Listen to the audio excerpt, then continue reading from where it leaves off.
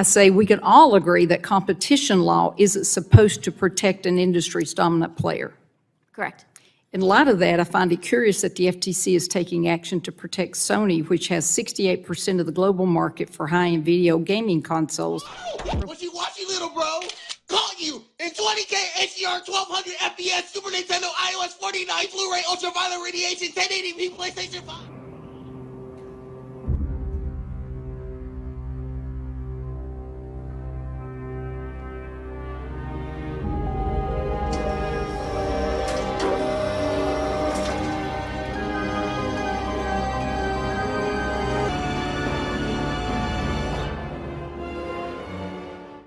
Hello, I'm back with another video. You have to bear with me, I've got a bit of a cold and conjunctivitis, which means I'm blind. No, not actually blind, but you know, I'm having trouble seeing at the moment, so I'm just going to be trouble, as well as having a cold. As you can hear, I'm bunged up, but I'm having trouble seeing as well. So anyway, enough of that. My throat's already going. A video. I've come here to drop a video because I'm here doing God's work, because someone has to. So Jim Ryan, CMA, FTC, Lina Khan, I'm sure you've heard all those names amongst while the ABK deal has been going on. But I'm sure you're all aware Jim Ryan has been running around to the CMA and the FTC and whispering in their ears and telling them stuff, just coming out of all sorts of nonsense and stuff and misleading them all, basically. And it got to the point where the CMA dodged out. They sort of really backed out of a lot of it, went through it all. Microsoft supplied some actual evidence and facts, which Jim was sort of reluctant to do. So Microsoft, on their behalf, done it for them. And so the CMA sort of backed off a bit now and sort of, well, I think we can let this pretty much go through. We're not having too much of an issue with it. However, the FTC are still pushing the matter, thanks to Jim. Even though Jim's recently even gone to PlayStation fanboys, asking their advice on it and stuff, and then using their words in the argument with the FTC, which is absolutely ludicrous. And now the Supreme Court is getting involved, especially after Japan even pushed back on the merger, only to backtrack on that decision they made. Originally they were trying to stop Xbox and stuff and sort of hold back the deal, because obviously it works for them. It helps Japan if Xbox doesn't have isn't stronger than Sony, basically. Because, as I said before, as I've done in recent videos, even though I've been called xenophobic for saying so, Japan is very much for their own businesses. They're very much going to push their own over any other business. It's not xenophobic to say that. It's just business, and they're good at business. That's what it is. So, but then they backtracked on that, because I think they looked at the consequences of doing so, because then the Supreme Court then pushed back on Japan, and Japan went, oh, okay, fair enough, and sort of backed out. Because, you know, what if all countries started doing this? All countries started sort of just only homegrown and just blocking all other sort of commerce like that. It's ridiculous. Anyway, I don't want to get into that right now, because I'm not well enough to do so, and I'm not in the right mind. But what this is going to cover is Lina Khan and her Supreme Court appearance. Now, the FTC, I'm not sure if you're aware who the FTC are. Well, here you have it. Our mission: protecting the public from deceptive or unfair business practices and from unfair methods of competition through law enforcement, advocacy, research and education. Yeah, they're siding with Sony, which is really weird, which is really goes against their whole mission. Our vision: a vibrant economy fueled by fair competition and an empowered, informed public. Our strategy goals: protect the public from unfair or... Let's just ignore this, because they obviously don't follow their own agendas, do they? So what we're going to do is we're going to get straight into the Lina Khan versus the Supreme Court. So let's get straight into our first clip. So the first clip is Lina getting absolutely destroyed for her abuse of power and basically poor management. So let's look at this. Good morning. I'd like to start by welcoming the commissioners. As you all know, the FTC has historically been a very bipartisan agency for solutions around consumer protection, data privacy, and antitrust law. Unfortunately, this tradition is currently under attack. Chair Khan, under your tenure as chair, the integrity and effectiveness of this independent agency has been repeatedly questioned. You've suffered many losses in court at all federal levels of the judiciary branch. You've drastically reduced transparency and accountability by cutting out key voices at the agency. Both Republican commissioners have resigned during your tenure. Senior staff have quit in record numbers, with reports in the New York Post describing you as abusive and a tyrant. There's been a 34% decline in employee confidence in senior leadership's respect for them and motivation at work. Former Commissioner Christine Wilson cited your disregard for the law, for the rule of law, as one of the reasons for her resignation. Time and time again, you prioritized a personal and political agenda over the integrity of the FTC and the interests of Americans. Despite numerous letters of concern from this committee, you've continued to ignore these in a dangerous and misguided consolidation of power. When you appeared before us in July of 2021, I asked about your decision to remove, quote, without unduly burdening legitimate business activity, end of quote, from the FTC mission statement. It was a long-standing bipartisan tradition at the FTC to include this in the mission to protect Americans and businesses. Eliminating this guardrail, which prevents government overreach, was even more startling given the timing. People across the country were working to reopen their businesses after the COVID-19 lockdown. This meant bringing their employees back to work so that they could make a living and provide for their families. Instead, they faced intimidation from the federal government. This was not a one-off situation. The FTC is still sending hundreds of penalty notice letters to businesses, even when they've done nothing wrong. This violation of due process will not be tolerated.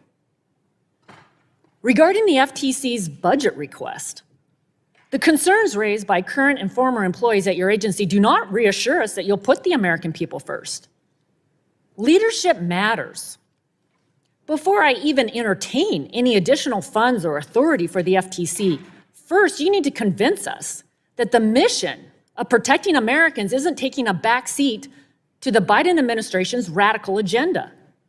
We want you to be the preeminent data protection agency in the world, and that must be your focus at the direction of Congress and giving these abuses of power. What is clearly needed before Congress considers any new authorities or funding are reforms, more guardrails, and increased transparency to ensure that you are accountable to the American people. This includes for how the FTC will protect the privacy and data security of the American people. The single best way we can protect Americans in today's digital ecosystem is a national standard. In August last year, this committee voted overwhelmingly to advance the American Data Privacy and Protection Act. Shortly after, your commission voted on partisan lines to act unilaterally on your own rules. I want to be clear. Our goal continues to be for Congress to enact a national standard with the expectation the FTC, with guardrails, will play a critical role in this effort. Establishing a national data privacy and data security standard is bigger and more important than any one person or any single agency to act unilaterally and risk losing people's trust. More than 80% of Americans say they're looking for Congress to act. It is a top priority for their own privacy, for their kids' privacy, and to rein in big tech. We, the people's representatives, take this responsibility seriously because we're accountable to them. We're accountable to the people, and we have no intention of losing sight of that. I want to thank former Commissioners Phillips and Wilson for their service to the country and the American people. I'm saddened that they're no longer at the commission. Chair Khan, Commissioners Slaughter and Bedoya, thank you for being with us here today. I look forward to your testimony, and I yield. Absolutely damning, absolutely crushing. She's just been called out, face value. You know, it's what happens when you push too many people. The abuse of power, she's just gone to her head. And kind of like Jim's, I think, what he's doing at the moment. He's just sort of running around the planet thinking Sony's in charge of it in gaming. Sony's the lead of gaming, that's it. There can't be any challengers. They have to be in the lead. And something needs to be done about it, and something needs to be stopped. Well, the Supreme Court are now getting involved, thanks to Jim and Lina. So let's continue. I'll recognize my good friend from Gainesville, Florida, home of the Fighting Gators, Ms. Kamek. Please, you're recognized for 5 minutes. Thank you, Mr. Chairman. Go Gators. All right. Mr. Chairman, I would like to start out by submitting 2 letters for the record written by FTC alumni expressing concerns about the integrity and fairness of the FTC and its departure from the agency's traditional norms and bounds. Without objection, so ordered. Thank you. As I mentioned, these letters are both signed by prominent former officials of the FTC, and I would say that when FTC alumni are questioning the direction and integrity of the FTC, I certainly think that we here in Congress should as well. I would also like the record to reflect that neither of these letters have been responded to by you or your office. Additionally, Mr. Chairman, I'd like to submit the August 1st, 2022 FTC Inspector General's report titled Audit of the Federal Trade Commission's Unpaid Consultant and Expert Programs for the record. Without objection, so ordered. Thank you, Mr. Chairman. Chair Khan, according to the Inspector General's report, you expanded the agency's use of unpaid consultants and experts, correct? We made use of government authorities that allow us to bring on experts, yes. How many consultants were added to the FTC after your confirmation? I don't have those numbers top of mind, but we're happy to get those to you. Thank you. Did they receive training? They received ethics training and ensuring that they were in compliance with all FTC's rules and ethics rules. Okay, perfect. According to your agency's press statement on the E.G.G's audit, you defended the agency's use of unpaid consultants and experts by claiming that they fill, quote, subject matter gaps. What gaps have existed during your tenure? Yeah, this is a great question, and I should note that there are existing authorities that allow us to bring on these experts for precisely this function. A lot of our work can get quite technical. It can require deep industry expertise, especially as we're doing our work in digital markets. It can require expertise to understand how these technologies are working. And so we were able to bring on, for example, experts in AI technologies to help us make sure that our work in this area was fully informed by the latest best practices and the latest industry knowledge. Perfect, thank you. Who did these consultants and experts report to and how frequently? So it would depend on where they were brought on within the agency. We had some experts that were brought on within the Office of Policy Planning, and so they would report to the director of that office. We had some experts brought on to the Bureau of Consumer Protection, and so they would be reporting to the respective managers there. And did your staff keep you informed about the work of these consultants and experts that were doing work on behalf of the agency? Yeah, as a general matter, these consultants were being plugged into existing work streams, and so as that work was coming up to the commission, we would see their contributions there. So I would like to get copies of the communications from these consultants to you and your office and your staff. Could you provide that to us? We're happy to work with your team to see what we can make available. I would hope all of it would be made available. Now, under your helm, how did the agency define consultant and expert specifically? What criteria did the agency use in recruiting these consultants and experts? As a general matter, when we're looking to bring on experts, we're doing so because there is a specific function for which we need their expertise. And so the criteria would depend on whether we were looking to bring on people who had particular expertise in AI, in particular forms of digital markets, in particular areas of antitrust, where we felt we didn't have the requisite expertise internally and so needed to go outside. So it doesn't really answer my question of how you define a consultant or an expert, but I guess. I believe those terms are probably defined under the regulations. So we would follow those definitions. So you advertise this to members of the public?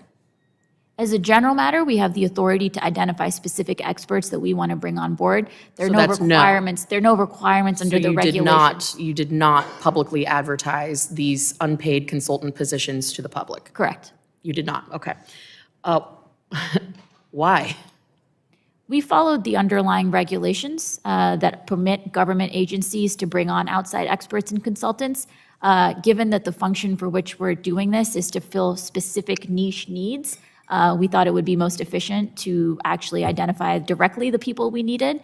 And again, we followed the regulations and what they require. So you don't publicly advertise these positions for these experts. Who initiates contact? As a general matter, I would think the agency would have initiated contact since these were specific needs that we were looking to fill, and so we would know what our needs were. Seems like it's ripe for an opportunity for fraud or corruption or finding people who are willing to execute on a political agenda. But did you receive approval from the FTC's Office of General Counsel ethics team to do this? Yes, the ethics teams is always involved anytime we bring new people on board at the commission. And you will be willing to provide the written approval to this committee? We're happy to provide you whatever materials we have available in this area.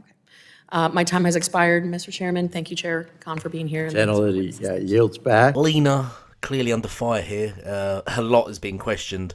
She's being pulled apart live. Yeah, I didn't mean it like that, by the way.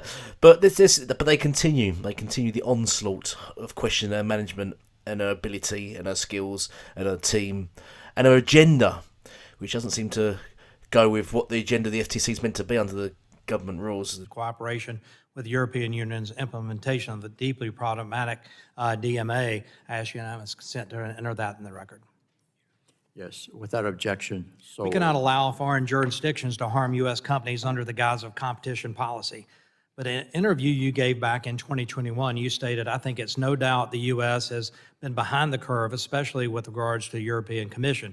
And you noted that you were in close touch with both folks at the CMA and European Commission on competition matters. Chair Khan, under what legal authority do you send staff to implement the DMA, which is not antitrust law from the U.S., but regulations targeting U.S. companies? Congressman, I'm proud of the international cooperation that the FTC has long pursued under many, many chairs far preceding me. This has been a core part of the FTC's work to make sure that we are able to share with other jurisdictions the work that we're doing and also able to understand the different paths that other jurisdictions are taking. I get that. That type of information. You've also makes sought us to all- undermine U.S. companies in the current negotiating round of the Indo-Pacific Economic Framework. The IPEF has used the USMCA as the basis of negotiations. Yes or no? Chair Khan, did you and Jonathan Cantor of the Department of Justice send a letter to Ambassador Tai objecting to the competition chapter and the digital trade chapter and demand a seat at the negotiating table for future rounds? We have been engaged with USTR about that agreement. We've all Did y'all seen send how a these letter? Yes, we've all Can I seen get a how copy of that, please? happy to engage with your staff to see what we can share with you. Thank you. Your actions from the EU DMA to the IPEF negotiations really run contrary to U.S. interest. Were these actions clear by the State Department, Department of Commerce, the NSC, or the NEC? As you know, there are extensive interagency processes in place, and we work through them as appropriate. Wow. Why should we increase your budget while you're sending staff to Europe to harm U.S. companies and directly benefit China? You don't have to answer that, but why would you help the EU undermine U.S. law and U.S. companies? Congressman, details back and forth from our agency to other agencies, from other agencies to our agencies. Just get to the point, Lina. He's asked a simple question. Why are you getting involved? Why are you trying to block American companies from sort of doing well in Europe? Why are you're doing exactly not what you're meant to be doing? Why are you doing this? Who's paying you? You know what I mean? To continue that tradition. Is it appropriate for you, the head of the FTC, to lobby foreign agencies to block transactions when U.S. companies are purchasing other companies overseas, especially when these reviews are happening without the oversight of the U.S. federal court?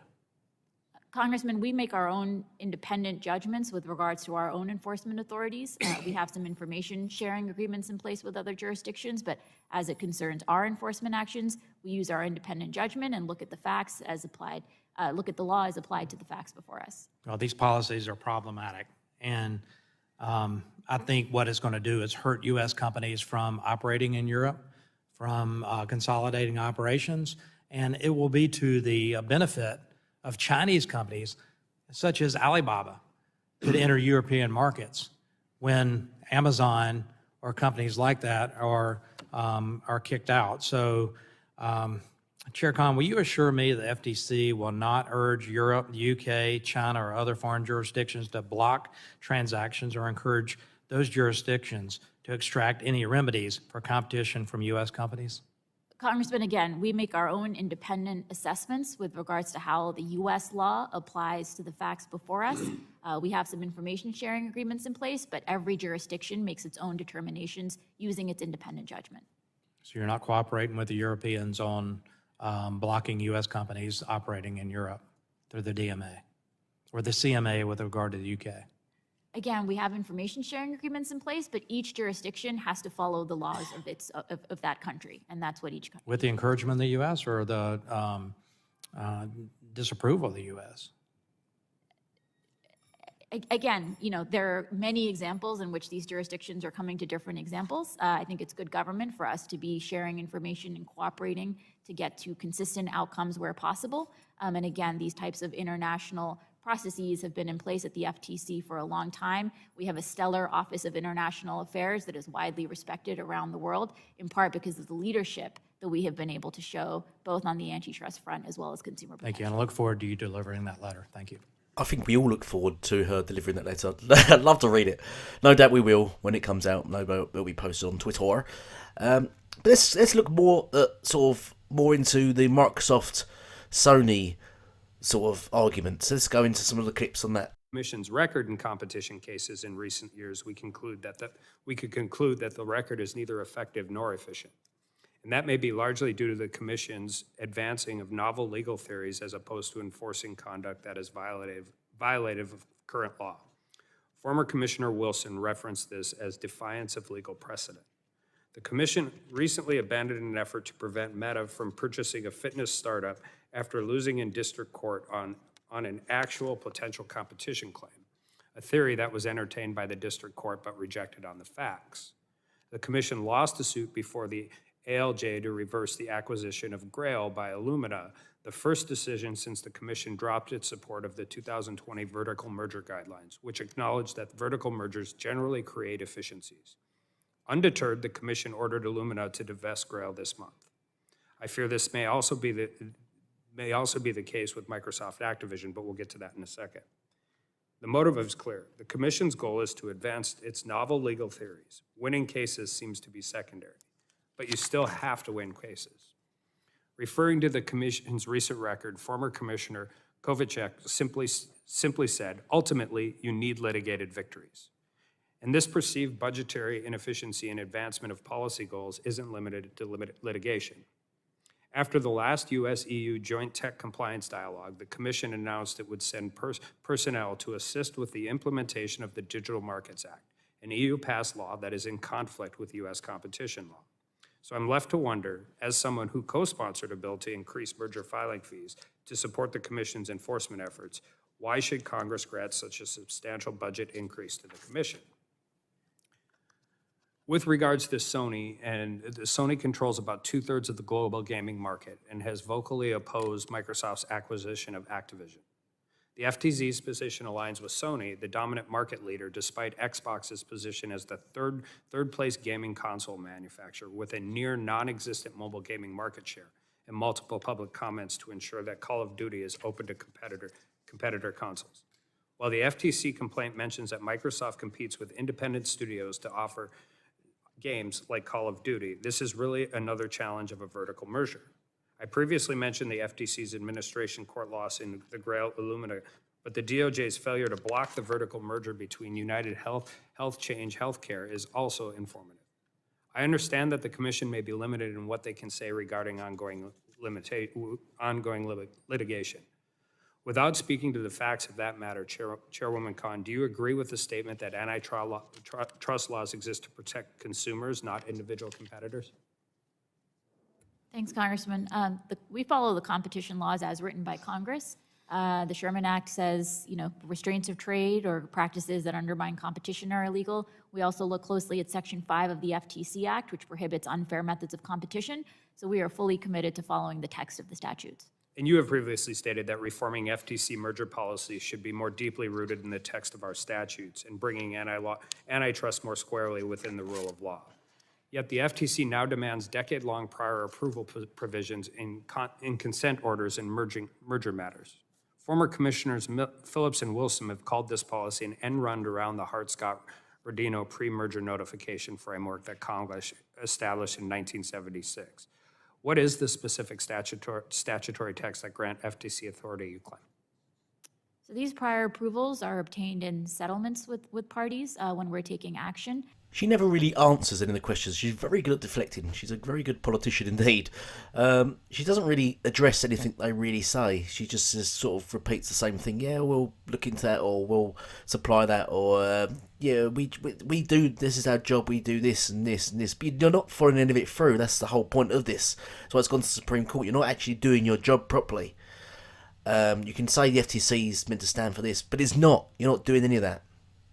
So let's go into the final clip. And in this clip, she just basically gets asked why she's looking out for Sony over Xbox, which is an American company, why she's looking out for Sony's needs more and not looking at the I facts. say we can all agree that competition law isn't supposed to protect an industry's dominant player. Correct. In light of that, I find it curious that the FTC is taking action to protect Sony, which has 68% of the global market for high-end video gaming consoles, from competitive or competition attempted to block Microsoft's proposal or their proposed acquisition of Activision Blizzard King. As you know, Sony's been the most vocal opponent of that deal, and remarkably, the FTC has sided with Sony. Can you explain why that seems to be a good idea? This case also has been voted out and is in administrative proceedings, so I'll let the complaint speak for itself. I will say, as a general matter, we always really benefit from hearing market participants across the board, including big players. But at the end of the day, we always make our own independent judgments based on the law and the facts. Okay. And those market participants she speaks of are PlayStation fanboys, basically. PlayStation fanboys that are complaining that Xbox might win. That's there are console wars. Console wars, Xbox can't win. Please block this, Lina. Please block this. Okay, we'll take all this into consideration. What's your argument? Xbox might win. That's great. We'll put that forward. Yeah, we'll use that. Well, that's a good one. Nice one. Brilliant. This is fantastic. Fantastic watching. So I think I'm going to leave the clips there. It goes on. I'm sure you can find this online somewhere, the whole thing. But let me know your thoughts down in the comments below on the whole thing. I think clearly the deal's going to go through. Sony just delaying the inevitable, really. Lina's just, got some hatred for Sony, Microsoft, maybe swayed by Sony and old Jimmy. Dancing Jimmy, 2 left feet, man.